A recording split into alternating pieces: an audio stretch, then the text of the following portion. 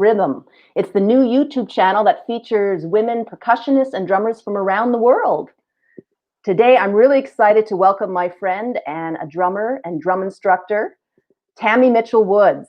She's also the founder of this wonderful online community called Drummergirls United that has thousands and thousands of members around the world. Welcome, Tammy. Hi, Cindy. It's good to see you always. Good to see you. I guess you're tired. You had a gig last night. Yeah, I had 3 in a row, a 4-hour show on Saturday night at Downstream Casino, and then I did an outdoor gig on Sunday night, and then I did another one last night. So yeah, I'm a little bit zonked from that, but it's all good. I love it. So you don't seem to have slowed down at all during these times. No, well, yes, from March until our band taped the Oklahoma Blues Festival. Usually it's an outdoor event every year, but this year, of course, they're not going to have the event with thousands of people outside together. So they had different bands invited to come and tape, and then they were going to stream it out to everybody that wanted to watch it. So we got to go to the Oklahoma Blues Hall of Fame and tape that. So that was the first time that we played as a band since March, and then our first actual show was Saturday night since March. So that was really good to start getting back into that, again. Great. Well, I'm glad you can take a little time out of your schedule to chat with us today. And we were talking yesterday. You mentioned that you have all these gigs, sometimes 3 or 4 a week, so you have to learn the drum parts quickly. Can you tell us how you approach that?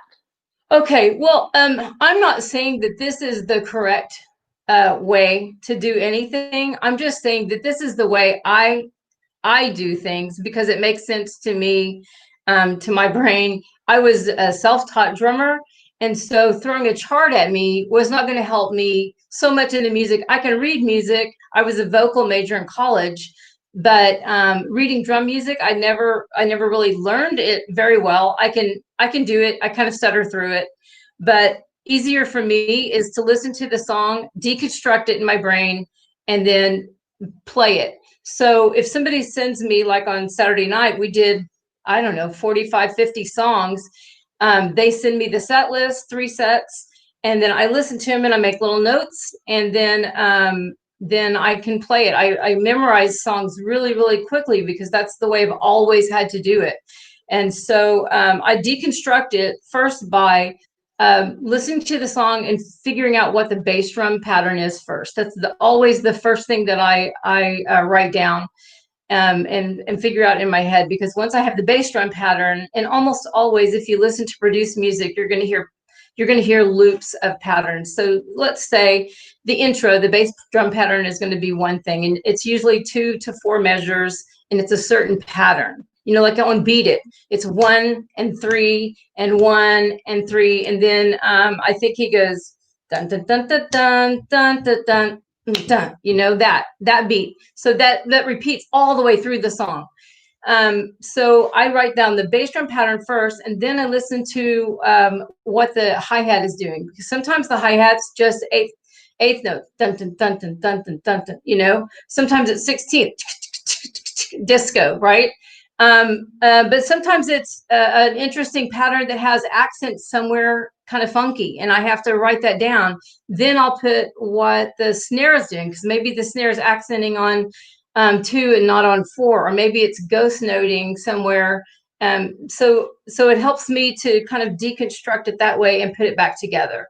There is Liz, a lady that's in our group. She has a company called Drum Chart Builder, and she kind of walked me through that whole process just a couple of weeks ago, and that's really helpful. If I had time for this this concert that I did on Saturday night, I would have built charts for all of that, because that would have been really helpful to flip through and just see the whole chart. But all I really needed to know was, what is the pattern for the verse? What is the pattern for the chorus? And that kind of thing. If it doesn't change much, I just need those basic patterns. So what I do, what's helpful to me, I have an iPad, and like I told you, Cindy, before we went live, on Saturday night, they had sent me the music, 40, 50 songs. And then between the second and third set, they decided we're going to change the third set, and hey, we're going to play these songs, which I had never practiced with them. So I was literally in the green room listening to the songs and making notes And what I do is I have a notebook, Good Notes, on my iPad, and then I have my Apple Pencil, and I use it to write in white, so I can see it really well if it's dim lighting on the stage. Can you hold it up And a little closer, Tammy? yeah, so this may not make sense to you guys, but it made sense to me. So I knew exactly what that meant. So I just basically needed bass drum pattern, snare pattern, hi-hat pattern is a little bit different, just little things that would make me remember, oh yeah, this is how our band is going to be doing it. So that's kind of how I did things, just to kind of make sense through the whole, like on the Prince song, what was it? There's one Prince song that we're doing. There's like a monkey sound in the beginning of it, and then the drums come in, dun dun dun, dun. And then so I wrote that out. The monkey sound that just helped me remember. That's that because we did 3 or 4 Prince songs. So just those kinds of little notes help me pick up. Oh yeah. That's what we're doing. So that's kind of how I deconstruct it and then put it back together. That makes sense to me, and then I can memorize one set after another, and I've got it. I don't really need anything more than this. I'm not a person that has to read a whole chart while we're playing. I don't do that. I like to watch the audience. I play off of what the other band members are doing. I really am the type of drummer that watches our vocalists, and I watch the bass player, and I take so many visual cues from the band that that helps me know what to do. Because if we're in rehearsal and we practice it one way, but during, as you know, when you play live, sometimes it's electric. The audience gives you so much back from the music that you might go a little bit bigger, or you might have a little more emotion in the song. So I watch the audience, and I watch our singer, how they're reacting to the audience, and then whatever the singer is doing, if the singer's getting bigger, I'm getting bigger. And you're not fiddling with a bunch of papers and charts, right? You'll be able to play. No, I'm not at all. It's all visual cues and audio cues. So if I'm hearing the bass player has been playing a bass line all along during rehearsals, but then he's feeling it a little bit different during our live, I'm watching his bass line, because generally we sync right up. We're hooked in hard and tight. And so if his bass line has changed a bit, I'm listening for that, and then I'll change my bass drum pattern just slightly so that we stay locked during what we're doing. So visual cues for me are so important, and auditory cues more than what I'm writing down. I deconstructed a lot in my head and then put it back together in my head and write like just scant notes, just whatever small things that I need to help me remember. But generally I put it all back together in my head and then go from there, and I pick it all up visually from the band. That's what works for me. Method. Yeah, it seems straightforward. Not so much muss and fuss, right? Yeah, and it makes it so much fun because I'm not flipping through anything. I can remember. I don't know why my memory is shot for a lot of things, but for music, I don't know. I have a great memory for music. So if I hear a song once or twice, like if I'm last night I was driving to a gig and they changed the song last minute. I was literally listening to it on the way there, and I was able to play it all the way through, and I knew the stops and starts and the accents and the this and that. I don't know why. I just can. I can put it back together really quickly in my head. I know exactly what I need to be doing when I get on my kit. Oh, that's wonderful. Now, Tammy, we talked earlier. You are the founder of Drummergirls United, that wonderful online community. We met through that. Yes. Tell us more about that. What was your rationale for forming DGU? Okay. Well, about 5 years ago, almost 6 now, I literally didn't know one other female drummer. Like I knew that they existed, but I didn't personally know anyone else that played the drums besides me that was female. When I was growing up, the first one that I knew about was Gina Shock from the Go-Go's. And I would still love to meet her just because she made a big impact on me when I was a senior in high school. But I didn't know anybody personally. So about at that time is when I got diagnosed with lupus and the other diseases, autoimmune diseases that I have. So, and I was really, really sick. And my husband and I had, we were in hospice. And so we we work in hospice. I wasn't a hospice patient.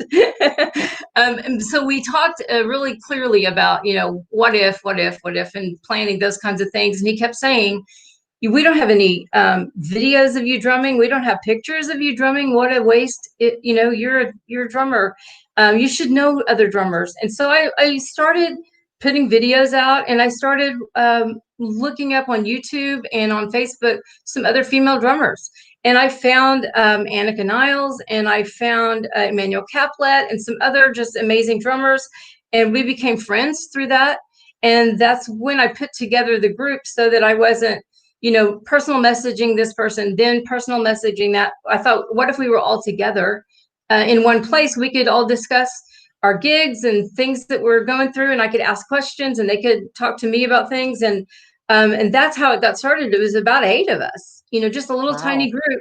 And then I started inviting new people that I met, and they started inviting people. And now it's 6,100, almost 6,200, I think, last I checked. We really grew from February when I got called from Facebook to do that commercial, shoot the commercial for International Women's Day. It was me and 4 other women. Some were in my group and some were not. Now they all are.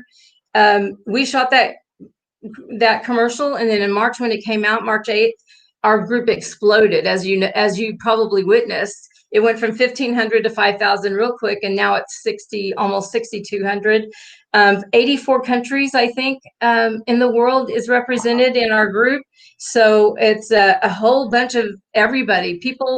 A lot of people that are new drummers that are older, 50s, 60s, 70s, that have always wanted to play. Their kids have played, or grandkids, and they're like, why can't I do that? It's never too late to learn. So we've got a lot of new people coming in, and there's more seasoned people that have been playing for a long time, like me, and several others are kind of very available to answer questions and to give insights into things, so that they kind of get on the right track right from the very beginning and feel very encouraged by it. Because, as you know, on some of the drummer groups on Facebook, some people can be cruel to new drummers for no reason other than to just be cruel. And I have never seen that in our group. Everybody is so encouraging. And we just, it's a group of people most of us have never met, but it feels like a family. Wouldn't you agree, Cindy? Feels like a family, and I like that it is inclusive and welcoming. No matter, if somebody, it may be their first drum beat, and they post a video of that, and we're all welcoming, we're all positive. There's compliments, encouragement.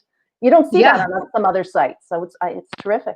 Yeah, I mean, honestly, it's not all because of anything I've done. I think I do lead by example, as far as I want to be very encouraging to people. I want people to feel better after they leave the group. I mean, after they have joined and come on every day, and they see what they're seeing, and they see the people talking back and forth. I want them to feel better after they have been logged into our group that day. So, and they do see that. And it's not just because of me. There's so many people that are putting out really positive, encouraging posts. A lot of people are doing free drum lessons on there. They'll put up, lessons every day or every week. And you just don't see that so much everywhere else. And I'm really proud of the group for those kinds of things.